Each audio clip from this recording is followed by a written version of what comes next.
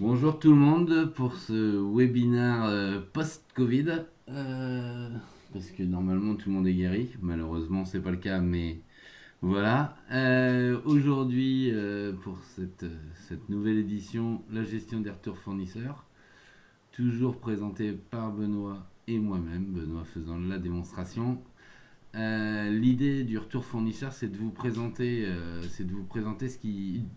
Ah bah, j'ai oublié de changer le titre, mais c'est vraiment de parler sur la partie gestion des retours. Alors, dans le cœur de l'ERP, sans le module qualité, il est tout à fait possible de gérer les retours et de rejeter des quantités sur un ordre d'achat. Mais on va surtout faire ce focus sur la partie qualité et de présenter ainsi les impacts sur la notation fournisseur, les impacts sur les stocks, le suivi des flux de marchandises et bien entendu l'impact comptable de tout ça pour que vous voyez qu'on a la possibilité de tracer vraiment tous ces éléments-là et surtout au niveau du module qualité qu'on a très peu abordé jusqu'à présent lors des différents webinaires. Voilà, et donc l'idée est de dérouler ce flux assez simple par Benoît qui va attaquer tout de suite la démonstration. Bonjour à tous. Eh bien, nous allons donc aujourd'hui parler effectivement, comme le disait Vincent, des retours qualité au travers du flux, des retours fournisseurs au travers du flux qualité. Alors, ce qui est important de comprendre sur la partie qualité de ce flux-là, c'est qu'on a déjà commencé par pouvoir paramétrer un certain nombre de choses dans le contrôle fournisseur param. Le contrôle fournisseur param va nous permettre d'automatiser la création de suivi de contrôle des réceptions fournisseurs et va nous permettre également de pouvoir déplacer au moment de la réception les produits qui vont arriver de leur emplacement, qui est théoriquement leur emplacement de rang 1, leur emplacement standard, vers un autre emplacement qui va être un emplacement destiné à traiter les produits dans la partie qualité. Ce qui est important de comprendre, c'est qu'en fin de compte, CSI, quand on planifie un produit, on est capable effectivement d'indiquer un nombre de jours de réception dans les délais de planification, et généralement ce nombre de jours de réception est le fait que votre service qualité va s'engager sur un nombre de jours de restitution des produits contrôlés que vous aurez préalablement réceptionnés. Et ce qui est important aussi, c'est de bien isoler ces produits dans un emplacement spécifique, de façon à que vos utilisateurs ne puissent pas l'utiliser, ne puissent pas avoir ce produit disponible tant qu'il n'a pas été validé par le service qualité. On verra également que effectivement, vous voyez qu'il y a également une information sur la performance qui va vous permettre de déterminer si vous souhaitez noter votre fournisseur sur la date d'échéance, c'est-à-dire la date à laquelle vous avez généré votre besoin, ou sur la date à laquelle c'est positionné votre fournisseur en parlant de date promise, bien évidemment. La première des choses qu'on va aller regarder dans... excusez-moi, je ne vous ai pas montré. La date d'échéance. Ici, nous avons la possibilité de gérer un certain nombre de choses pour tout ce qui est la gestion, l'autorisation des retours marchandises fournisseurs. On va avoir ici des codes qui vont nous permettre d'identifier les retours en stock des produits que nous aurions renvoyés éventuellement à notre fournisseur. Et ici, nous aurons également le code motif des produits qui sont sortis du stock pour être renvoyés chez votre fournisseur. Nous avons ici un certain nombre de comptes comptables qui vont nous permettre de mettre en attente comptablement ces produits tant que les retours n'auront pas été faits. Ici, c'est un sujet intéressant. Lorsque vous allez renvoyer un certain nombre de marchandises à votre fournisseur et que votre fournisseur va vous restituer ces marchandises, et vous l'espérez, de bonne qualité, eh bien, on va pouvoir également avoir la possibilité eh bien, de suivre ce retour. Suivre ce retour, ça veut dire bien tout simplement régénérer un contrôle qualité sur le produit lorsqu'il va revenir de chez votre fournisseur.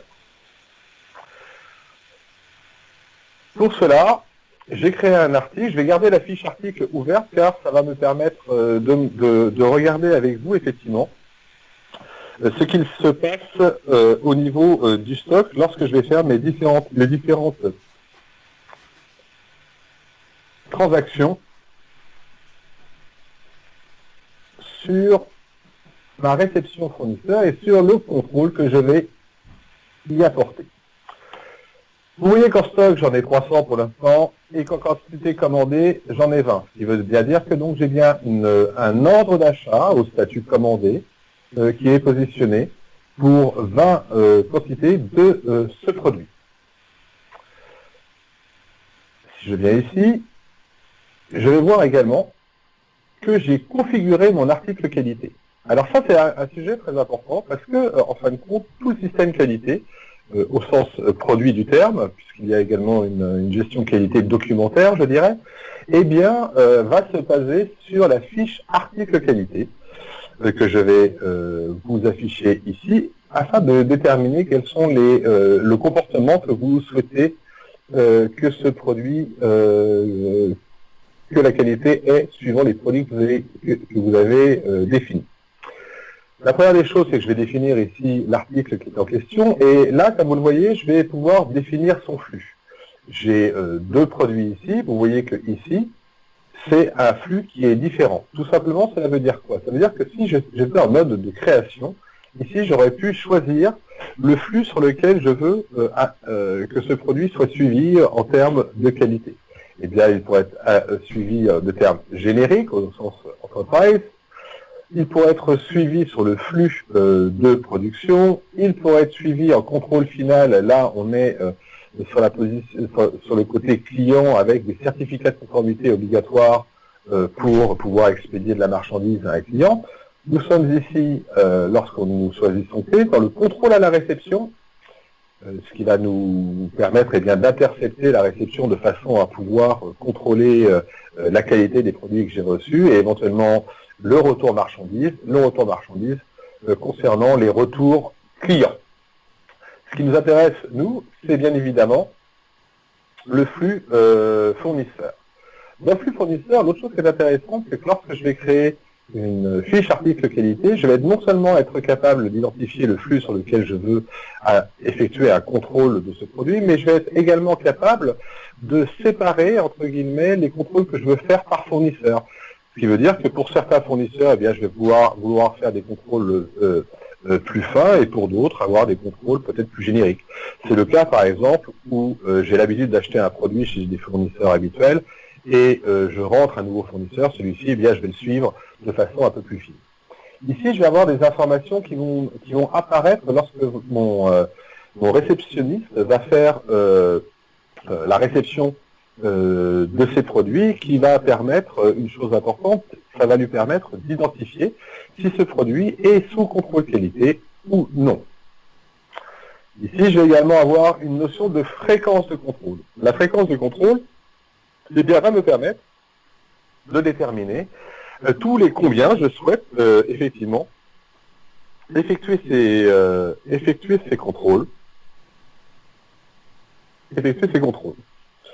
Je vais avoir ici le choix de pouvoir soit le faire à toutes les réceptions, soit le faire à partir d'un nombre de pièces reçues, soit le faire tous les N jours, soit également avoir une possibilité d'avoir une auto-acceptation, je vais dire, de mon produit lorsque je vais pouvoir positionner sur ce produit comme certified.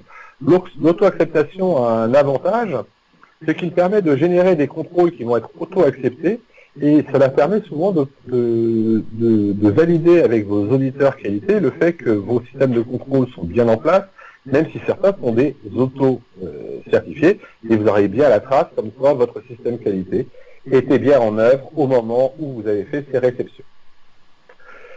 On pourrait éventuellement également joindre à l'ensemble de ces informations et à ces contrôles la possibilité d'avoir un certain nombre de tests sur lesquels je vais pouvoir venir saisir quel était le minimum prévu, le nominal, voire le maximum prévu. Lorsque je vais utiliser ces tests articles, je vais être non seulement être capable de définir quel est le niveau de gravité, mais également je vais être capable de déterminer quel groupe d'appareils doivent être utilisés lors du contrôle de cette pièce. Ce qui veut dire également que dans le système qualité, eh bien, CSI est capable de gérer ce que CSI appelle les équipements ou les étalons, c'est-à-dire tous les appareils de mesure avec tout ce qui est visite régulière pour le recalibrage de vos différents étalons. Mais ce n'est pas le sujet du jour. Le sujet du jour étant la réception et le contrôle réception du produit. Pour cela, eh bien, tout simplement, j'ai un ordre d'achat que j'ai créé, un ordre extrêmement simple, dans lequel j'ai commandé une certaine quantité de produits. Si je regarde mon ordre d'achat, qui est bien le statut commandé, eh bien ici, je vais voir que j'ai commandé 20 produits, 20 X-Prod achats, pour une quantité de 20. Je vais donc maintenant me proposer d'en faire la réception, ce qui va en fin de compte déclencher le flux de contrôle et nous allons ainsi pouvoir avancer au travers de ce flux de contrôle. Donc pour cela, je vais tout simplement faire ce que fait la plupart de vos réceptionnistes, c'est-à-dire la réception d'un ordre d'achat. Sur la réception d'un ordre d'achat, donc il suffit effectivement de venir rentrer ici le numéro de mon ordre d'achat afin que le système me présente la ligne des quantités que je dois réceptionner. Juste pour rappel, je vous rappelle que cette quantité reçue qui ici apparaît peut être cachée si l'on décide de faire ce qu'on appelle des réceptions en aveugle. À ce moment-là, il y aurait 0 ici. Ça serait votre réceptionniste qui devrait saisir la bonne quantité. Vous voyez ici que par défaut, le produit devrait être stocké dans l'emplacement stock. Je vais donc sélectionner cette ligne. Et sur cette quantité, en fin de compte, je vais décider de recevoir 18 et ici de rejeter 2. Alors, ce moment de rejet est un moment extrêmement important. Pourquoi? Parce que ça veut dire qu'en fin de compte, c'est sur le quai que votre magasinier refuse la quantité à votre fournisseur et donc, en fin de compte, refuse la mise en stock. Alors ça, c'est un sujet important. Pourquoi? Parce que ça veut dire que au moment, si vous rejetez la quantité à ce moment-là, vous êtes bien évidemment obligé d'indiquer un code motif pourquoi vous refusez cette marchandise-là, et bien cette marchandise-là ne va pas rentrer dans votre stock. Ce qui veut dire que vous n'allez pas en reconnaître la propriété. Il est important de comprendre que dès que vous faites une transaction, que votre marchandise rentre dans votre stock, en fin de compte, c'est comme si vous acceptiez la propriété de cette marchandise. Lorsque je vais effectuer, donc maintenant j'ai coché ma réception, comme quoi je voulais réaliser ma réception, que j'allais recevoir 18, que j'allais rejeter 2, avec un code motif AR. Je vais donc appuyer sur le bouton réception. Le système m'indique qu'une transaction de réception d'OA a bien été enregistrée. Si je clique ici sur OK, le système va tout de suite me dire, attention, qu'il a créé un contrôle de réception fournisseur, numéro 187, et là, eh bien, il est venu m'afficher le texte que j'avais positionné sur ma fiche article qualité. Quand je regarde ça, de plus, le système va automatiquement me lancer également une étiquette. Alors, l'édition d'une étiquette. Alors, pourquoi l'édition d'une étiquette est importante? Eh bien, tout simplement parce que lorsque je vais visualiser cette étiquette, eh bien, je vais voir que j'ai bien une quantité receive pour le système qualité. Généralement, nous mettons des étiquettes sur les produits que reçoit le réceptionniste, de façon à pouvoir très simplement et très visuellement, eh bien, venir dispatcher ce produit-là vers le service qualité. Si je regarde ce qui s'est passé sur ma fiche article, eh bien, je vois que j'ai bien reçu dans mon stock les 18 quantités. La chose intéressante, c'est que je les vois que je les ai reçus dans le stock non disponible.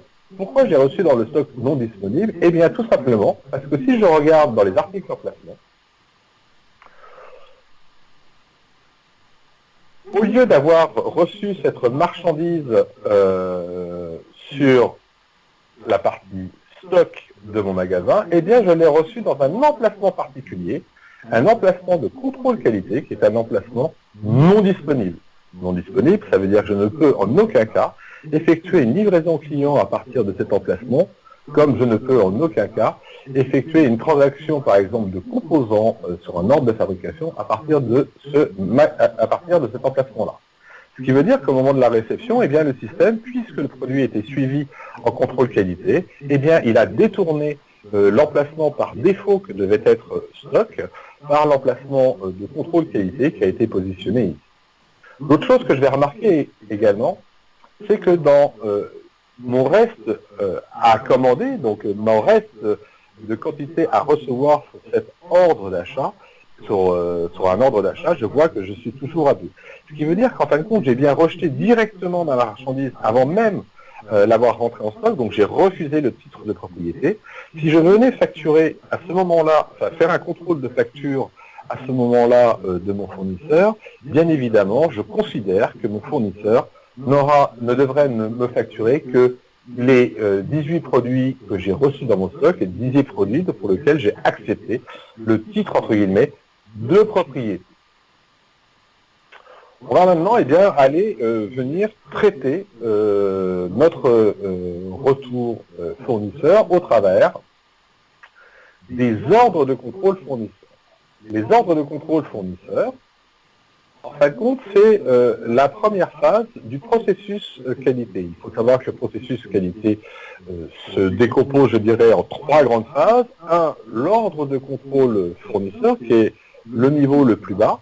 Ensuite, un niveau qui est un niveau le plus bas, mais un niveau sur lequel je vais pouvoir prendre un certain nombre de décisions, hein, comme le fait d'accepter des quantités, comme le fait de refuser des quantités.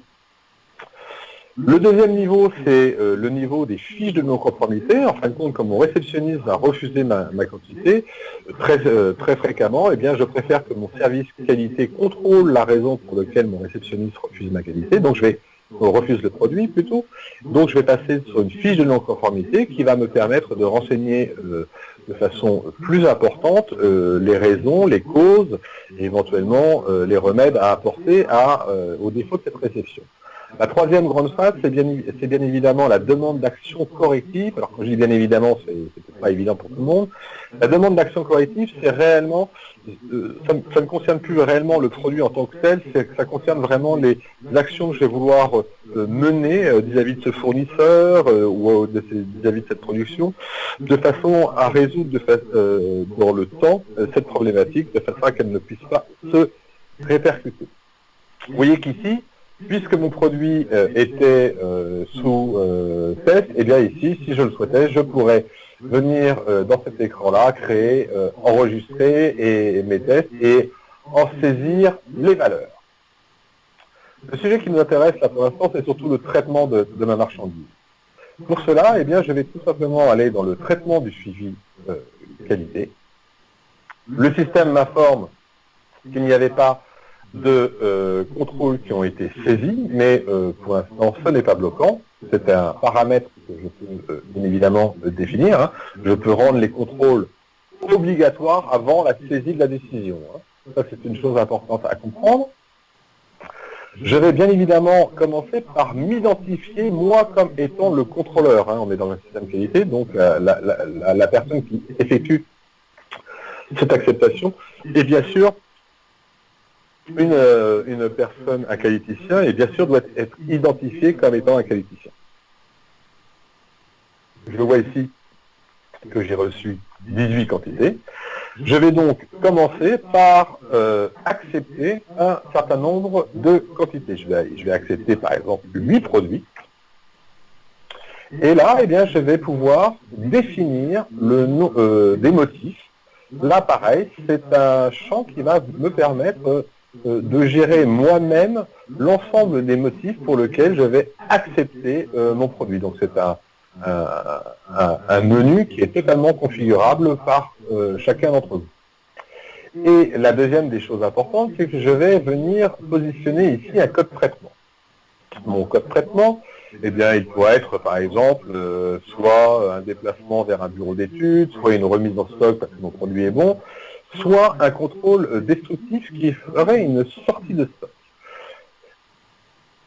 Associé à ce traitement, si je fais un clic droit, je vais pouvoir aller dans le détail, et bien, je vais voir qu'associé à ce traitement, je vais non seulement avoir la possibilité donc de lui associer un code, mais également de lui associer une action.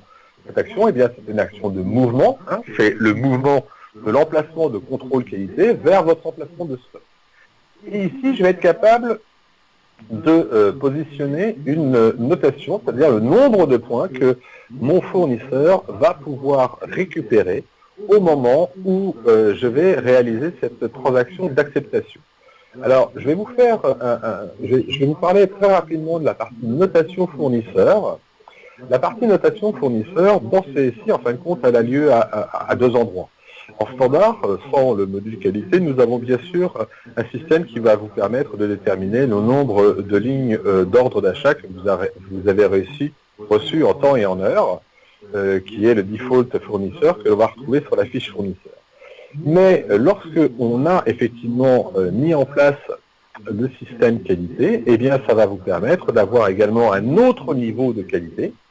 Cet autre niveau de qualité va partir bien évidemment avec cette attribution suivant les décisions que vous allez prendre sur les marchandises d'attribution de points à votre fournisseur, mais également si j'ouvre le formulaire de la cotation fournisseur, va me permettre de définir également un nombre de points par rapport à la date à laquelle la livraison a été effectuée. Vous avez vu dans le paramétrage, je pouvais me positionner soit excusez-moi, sur la date d'échéance, soit sur la date promise pour venir imputer un nombre de points à mon fournisseur. Dans le système qualité, eh bien, si j'ai une livraison ponctuelle, eh bien, je vais avoir 25 points. Ce qui fait que si j'additionne ces 25 points au code traitement qui fait que j'accepte ce produit, eh bien, je suis à 100%. J'ai 100 points pour cette transaction, pour cet ordre d'achat, pour mon fournisseur. Et là, vous voyez que c'est assez fin, puisque je vais être capable, suivant le nombre de jours, soit en avance, soit en retard de la livraison de mon client, de mon fournisseur, je vais être capable de déduire de ces 25 points un certain nombre de points, qui va donc me permettre de mettre en œuvre une cotation fournisseur sur 100.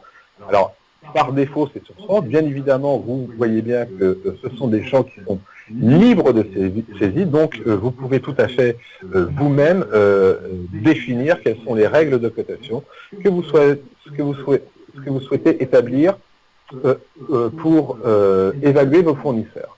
Ce qui est intéressant ici, c'est que je vais pouvoir avoir, et ça c'est une vraie demande de nos clients, le fait qu'une livraison trop en avance de mon fournisseur est peut-être aussi pénalisante qu'une livraison en retard. Donc, si je reviens sur mon ordre de contrôle, j'ai décidé d'en accepter 8, et puis je vais en refuser, refuser 10, et ces 10, je vais les passer sur une fiche de non-conformité. Le but de cette fiche de non-conformité, eh bien, c'est tout simplement la séparation, la ségrégation des rôles. Moi, réceptionniste, je suis pas en mesure de prendre une réelle décision finale, je dirais, sur ce produit. Je préfère que ce soit le service qualité qui en prenne la charge, car il est plus à même que moi de juger de cette qualité de réception. Vous voyez ici que je vais pouvoir réimprimer des étiquettes. Donc, au moment où on a reçu la marchandise, vous êtes d'accord qu'on a vu qu'on avait eu une étiquette qui nous permettait de définir que ce produit a été juste reçu. Donc le magasinier, le réceptionniste a posé ça sur le produit, ce qui a permis de faire le premier, je dirais, aiguillage entre le stock réel ou le stock dédié au contrôle qualité. Et bien là, de la même façon, je vais être capable d'imprimer des étiquettes qui vont permettre aux personnes qui vont ranger le stock eh bien d'aiguiller les quantités accrétées vers le stock et d'aiguiller les quantités qui vont être mises en FNC, donc en fiche de non-conformité, en attente quelque part, hein, vers un autre emplacement. Pour cela, je vais appuyer sur le bouton traiter.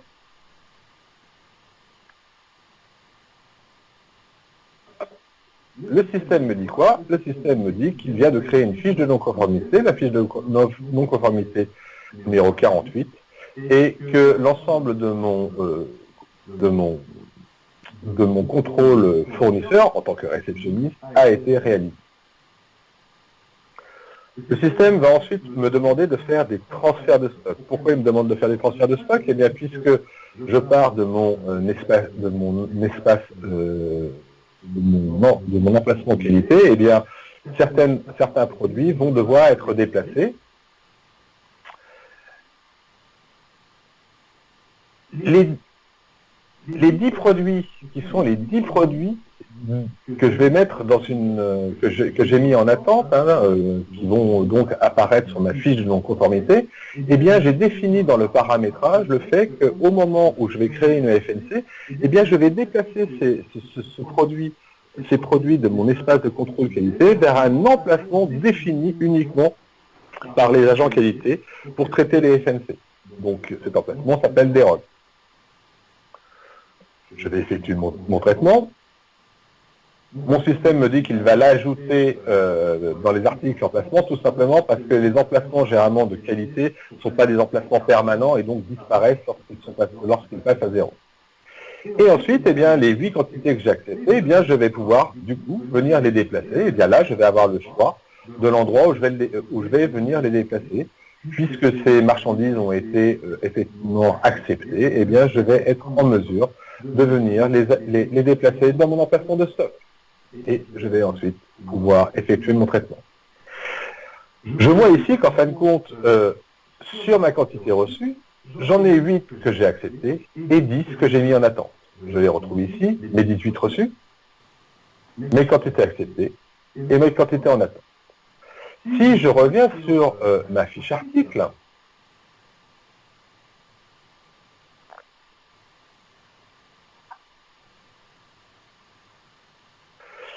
eh bien, je vais constater que j'en ai bien 318 dans mon stock. Mais si je regarde mes articles en placement, eh bien, je vais pouvoir effectivement voir que j'en ai bien 308 dans mon stock et 10 dans mon emplacement de dérogation.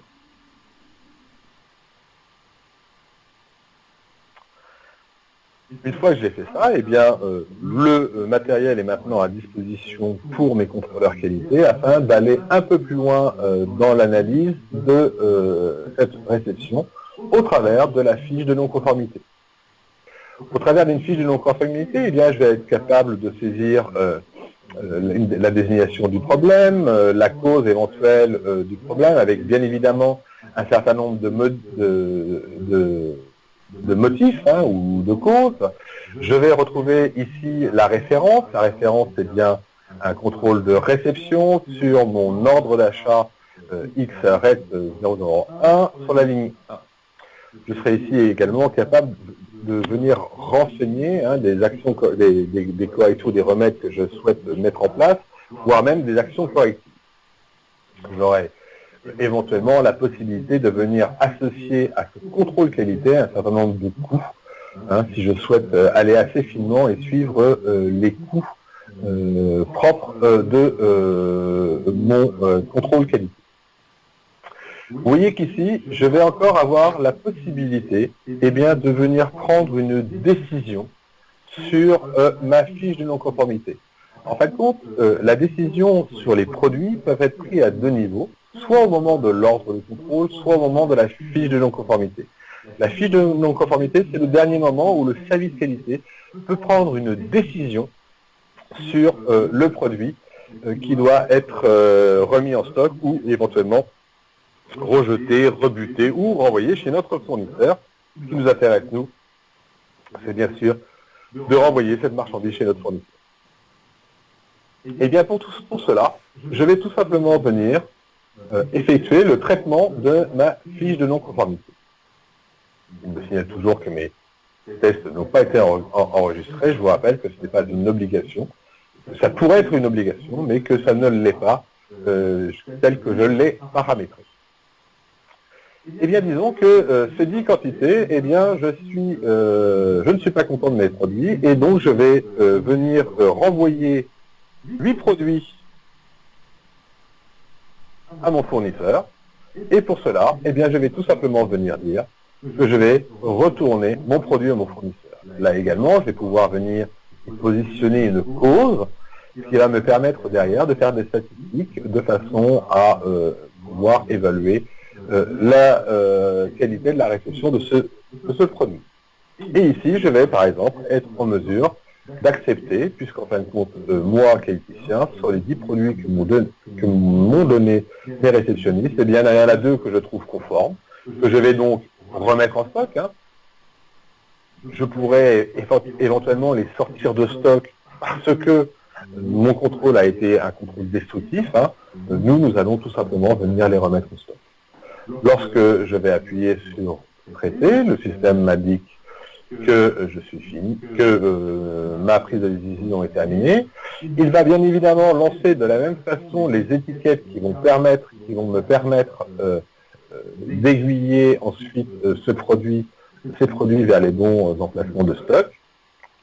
Et le système me demande si je veux créer une demande de retour de marchandises fournisseurs. Je vais donc répondre oui. Le système me dit qu'il a créé effectivement une demande de retour fournisseur numéro 11. Il va ensuite, eh bien, tout simplement, me demander de transférer mes quantités dans les bons emplacements. Je vais en fin de compte avoir, comme vous le voyez, 2 transferts à réaliser. Le premier transfert, c'est ce qui concerne mon retour fournisseur. C'est les 8 produits que je décide de renvoyer à mon fournisseur. Eh bien, avant de les renvoyer à mon fournisseur, je vais les replacer dans l'emplacement de contrôle qualité. Je pourrais avoir un emplacement particulier pour gérer ces fameux retours fournisseurs, c'est-à-dire ça va me permettre informatiquement, mais surtout physiquement, de venir les isoler. Donc, moi, je choisis de les remettre dans un emplacement QCL. Et ici, eh bien, ce sont les 2 produits que, en fin de compte, j'ai décidé d'accepter pour ce produit-là. Et bien, ces 2 produits-là, je vais tout simplement venir les remettre normalement dans mon stock.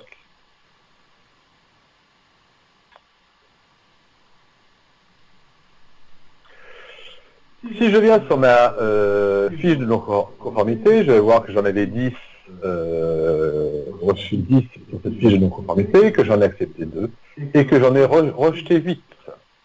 Si je retourne sur mon ordre de contrôle, que je vais venir mettre à jour, eh bien là, je vais voir que j'ai eu 18 quantités reçues, qu'au final, j'en ai accepté 10 et que j'en ai rejeté 8. Donc, j'ai bien une vision de mes décisions qualité, aussi bien au niveau de l'ordre de contrôle qu'au niveau de la FNC. Si je retourne sur mon produit, eh bien, je vais bien évidemment retrouver cette répartition, avec ici les 310, c'est-à-dire tous les produits qui ont été acceptés, les 8 produits que j'ai remis sur une autorisation de retour marchandise et que j'aurais repositionné dans un stock non disponible en attente de renvoi de ces marchandises chez mon fournisseur, et toujours mes 2 en quantité commandée, puisque ce sont les 2 que j'ai rejetés au tout début, au moment de la réception de ma marchandise. Je vais maintenant être à même de pouvoir gérer réellement la partie ARM fournisseur, c'est-à-dire la partie de mon retour fournisseur. Pour ceux qui ont effectué les retours clients avec moi, eh bien, dans le webinaire dernier, eh bien, nous nous retrouvons exactement un peu dans la même position, c'est-à-dire que je vais être capable de prendre un certain nombre de décisions sur mes produits au sens physique du terme, Je vais avoir un niveau de documentation. Hein. Si je dis que c'est administratif uniquement, eh bien tout simplement, ça veut dire que je ne veux pas effectuer de mouvement de stock, je ne veux pas renvoyer mes produits chez mon fournisseur, je veux juste qu'il me rembourse et à ce moment-là, je vais pouvoir éditer un document uniquement administratif. Je pourrais éventuellement indiquer que le produit que j'ai reçu était sous garantie ou non. Dans la partie référence, eh bien, on va voir qu'on va être capable de faire le lien avec un ordre d'achat et une pièce comptable.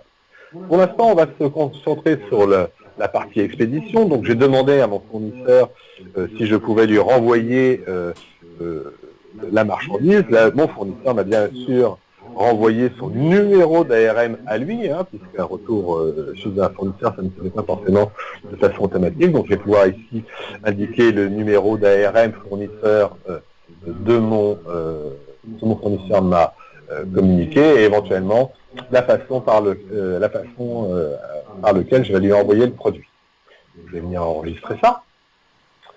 Je vais être, donc, à ce niveau-là, être capable de prendre plusieurs décisions. La première des décisions que je vais être capable de faire, je vais être capable de rebuter mes composants. Pour rebuter mes composants, eh bien, tout simplement, je vais appuyer sur rebuter mes composants et je vais tout simplement dire combien de produits je vais jeter, parce que ces produits-là, je ne peux même pas les renvoyer. Ils sont en vraiment trop mauvais état. Je vais donc tout simplement venir ici refuser ces deux unités de ce produit-là. Et je vais appuyer sur mon bouton traitement. Ce système a effectivement effectué une sortie diverse et je vois bien ici que ma quantité rebutée est 2. Ce qui est important, c'est que le fait d'avoir fait ce rebut, qui est une sortie diverse de mon produit, j'ai quand même, si je regarde les transactions associées à mon article,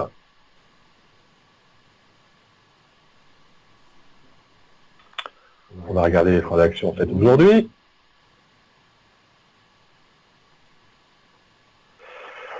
Je vois bien qu'ici, j'ai une sortie diverse de mon produit sur lequel je vais retrouver le fait qu'effectivement, c'est bien pour une raison qualité que ce produit a été extrait de mon stock. Je vais ensuite, toujours à partir de mon ARM, pouvoir, si je le souhaite, renvoyer un certain nombre de produits vers mon fournisseur. Pour cela, je vais faire un retour de composants. Ce retour de composants est effectivement également une sortie de mon stock, hein, puisque là, encore une fois, ce produit-là s'en va vers mon fournisseur. Je vais donc pouvoir appuyer sur le bouton traitement et je vais donc effectuer cette sortie de diverses au titre de mon retour fournisseur.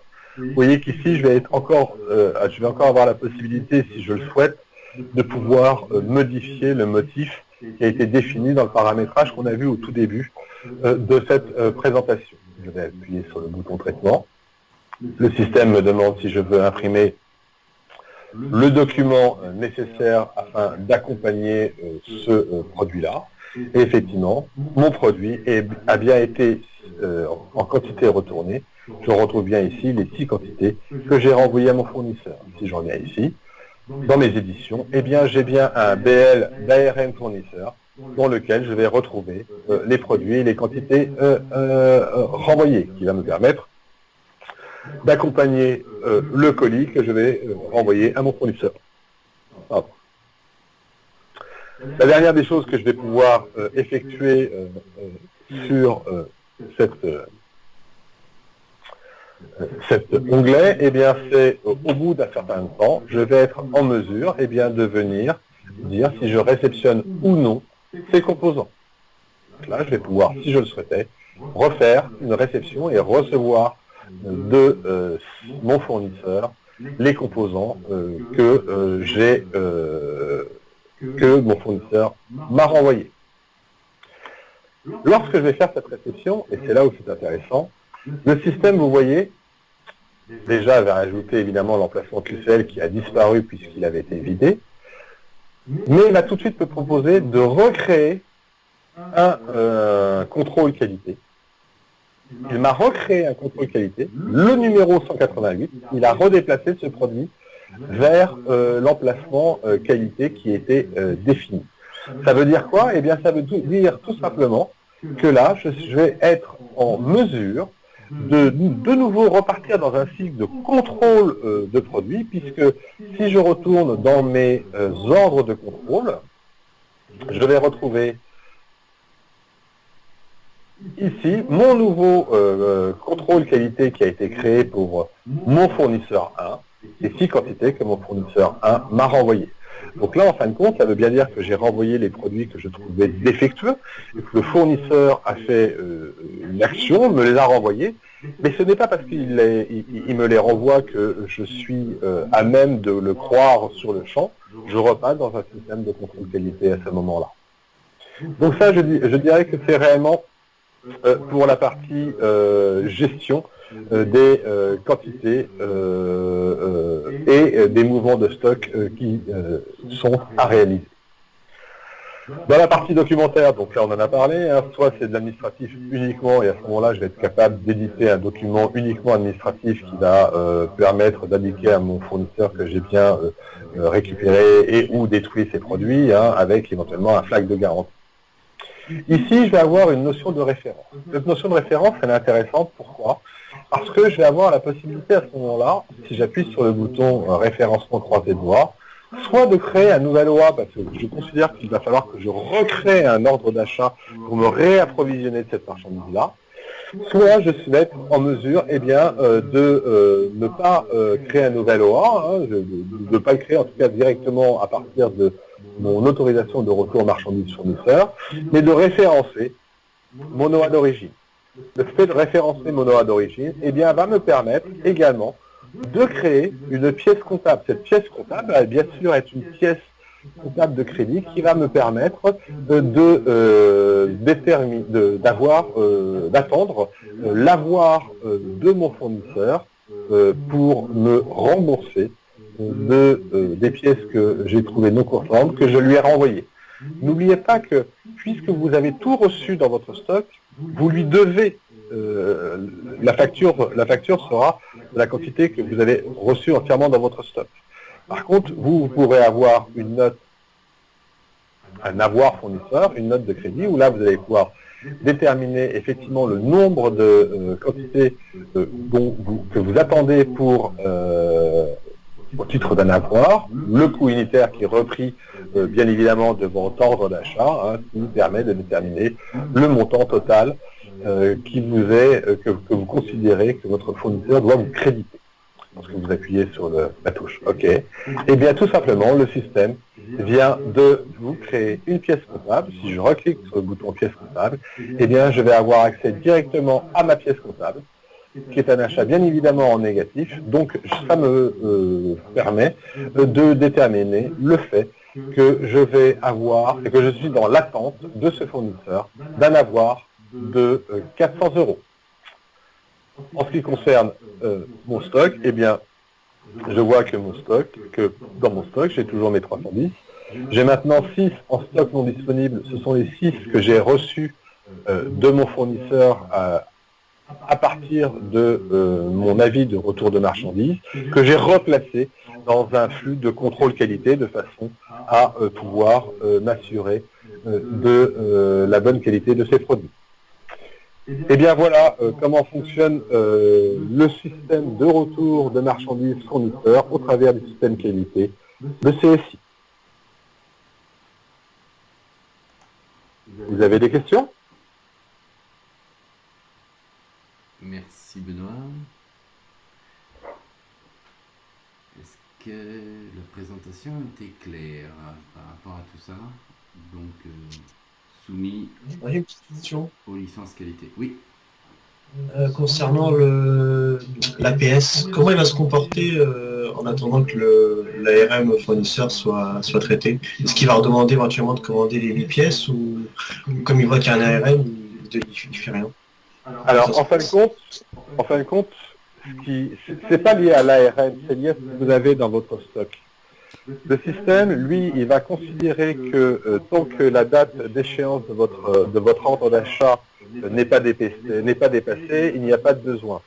Si cette date elle est dépassée et que vos quantités sont dans un stock non disponible, le système va considérer que vous êtes en rupture. Et à ce moment-là, il va vous reproposer de faire un ordre d'achat pour couvrir ses besoins. Le lien, il est clairement lié aux quantités qui sont positionnées dans des emplacements non accessibles. Hein, donc c'est des quantités non disponibles qui, même si elles sont dans votre stock, ne sont pas prises en compte par l'APS ou le CBM. C'est bien pour ça qu'il est extrêmement important, lorsqu'on veut mettre en place le système qualité, de bien définir le délai de réception qui va vous permettre de décaler le délai la date à laquelle vous allez recevoir la marchandise, qui va permettre à votre service qualité d'avoir le temps de le placer dans le stock correctement si les produits sont bons. D'accord ? Peut-être que tu montres le champ délai administratif des réceptions, pardon. Tout à fait. Ok, c'est clair.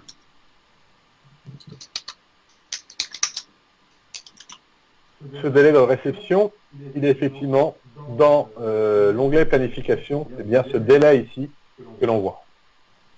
Ok.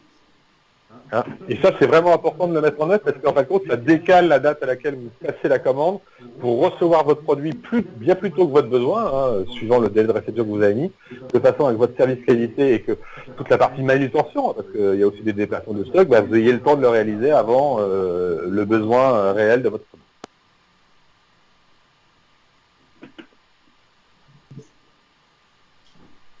Ok, merci. Est-ce que vous avez d'autres questions sur cette partie-là ?